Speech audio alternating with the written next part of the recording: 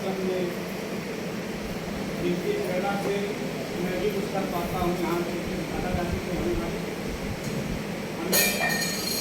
महाराज जी हमें बड़ा सौभाग्य मिला। मुझे 80 माता पिता यहाँ मिले हैं जो मानते हैं और इन्हीं की कृपा है जो मैं बहुत बड़े से बड़े संकट को पार करने जाता हूँ।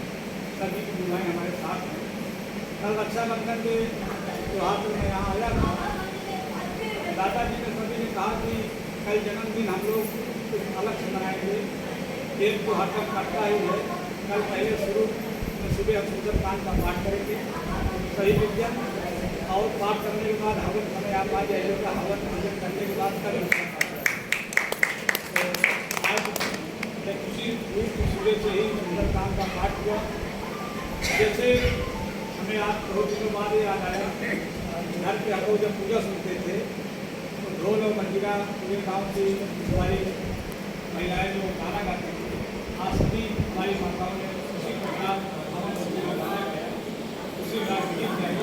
मुझे लगा कि हमारी भी दादा की तरह जीने की इच्छा बढ़ रही है क्योंकि इसी सबके प्रेरणा से मैं आज कुछ करने को पाता हूँ। सबसे बड़ी चीज़ मैं आपको बताऊँ कि आज जब हमें पता चला कि हमारे महाराज जी का भी जन्मदिन है तो मुझे बड़ा ही खुशी हुई। मुझे लगा कि चलिए गुरु और शिष्य दोनों लोगों का सभी दादा दादी का आशीर्वाद मिल जाएगा। और बहुत दिनों से हमारे सब जन ये भी चाहते हैं कि एक बात तो आप कृपा से मैं यहाँ पे श्रीमद् भागवत कथा करा पाया था, लेकिन हमें आशा है कि महाराज जी की भी एक बार कथा यहाँ होगी। तो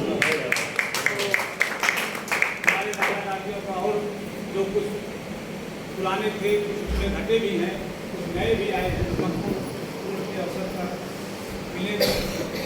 दादा जी जिनका मार्गदर्शन पूरे 24 घंटा मिलता रहता है, जिनकी वजह से हम कुछ कर पाते हैं।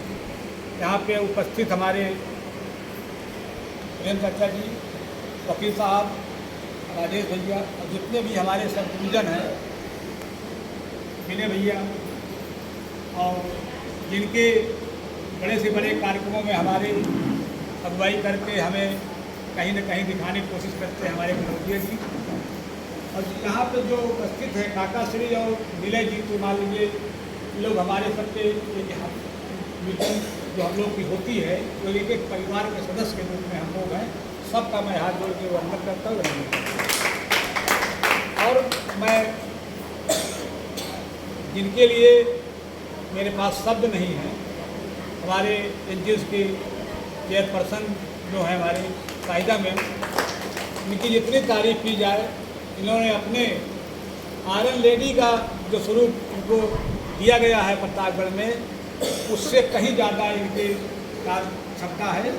अभी इन्होंने राज्य स्तरीय वॉलीबॉल प्रतियोगिता कराई और भीषण पानी के बाद भी इन्होंने इतना 150 टीमें आई और सबका अच्छे ढंग से व्यवस्थित करके और सकुशल संपन्न कराया। और उसमें सहभागिता के लिए हम सबको भी आमंत्रित किया। मैं इसके भी चरण छू करके आशीर्वाद लेता हूँ, सभी का वंदन करता हूँ। हमारे दादाजी जो हैं, जो हमारी दादी जी हैं, सबका मैं चरण छू कर आशीर्वाद लेता हूँ।